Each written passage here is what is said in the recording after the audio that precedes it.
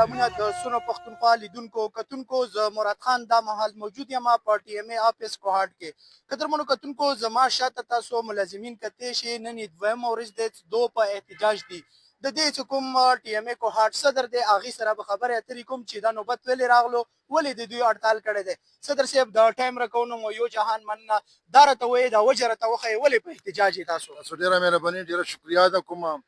اصل کې د مو دا مسله تر اوسه نه ده درو میاشتو نه ده دا د دوو کالونو نه شروع ده خو د دوو کالونو نه موږ کوم برداشت وکړو کوم تکلیفات مو تیر کړو هغه د موږ ته پته ده د مو ورکرانو ته پته ده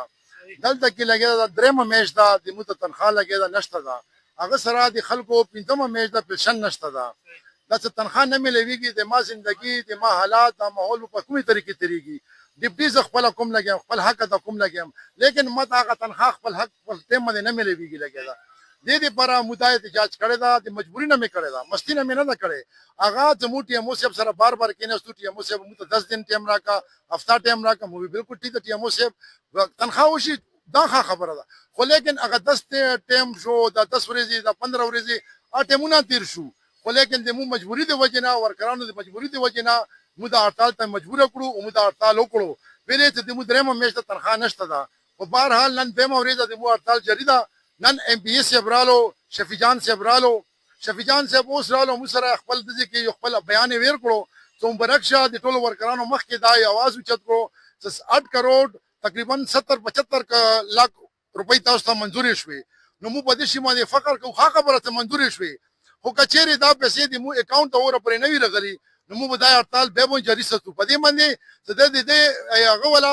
هړتال دا مطلب نه ده چې ما هړتال کړی ده او ما اکاونټ ته پیسې نه دي رسېدي خو ګرانټ منظور شو ګرانټ ما اکاونټ ته راشي بالکل به زه ومنم چې ما اکاونټ ته ګرانټ رالو دا هړتال به ختم شي دکې به تنخیدار ته خپل حق ملاو شي پنشنیر ته خپل حق ملاو شي د نه علاوه ما سره داسې ورکران دي چې هغه د دې دنیا نه فارغه شو لاړو هغه اوس هم پنشن پکې پروت ده دا انسانیت دا یې چې یو انسان په پنشن لاړ شي ا دې دپاره لاړ شي چې زه د پنشن والم خپلو بچیو دپاره زندګي جوړه کړم بچی ځوانې په کور کې ناست دي بچي ځوانان په کور کې ناست دي دا زندګي دا ماحول د څنګه تیری هغه زندګي په کور نه داسې کې تر خراب او تباہ شو ته دفتر ته راشي نورم پریشان شي نیونه شو په ګلان شو مړ شو نه خلک ورکې لاړو داسې کسان دي چې پریشانی د وجې نه اکسیډنټ یې وکړو لاړو نو زه دا یم چې مهرباني دا وکړه دا بار بار د تکلیف مو ته ملويږي دا بار بار کچکول نیول کېږي لګېده دا حوالې سره مو دا خپلو مشرانو ته وزیر اعلی صاحب ته وزیر بلدیات صاحب ته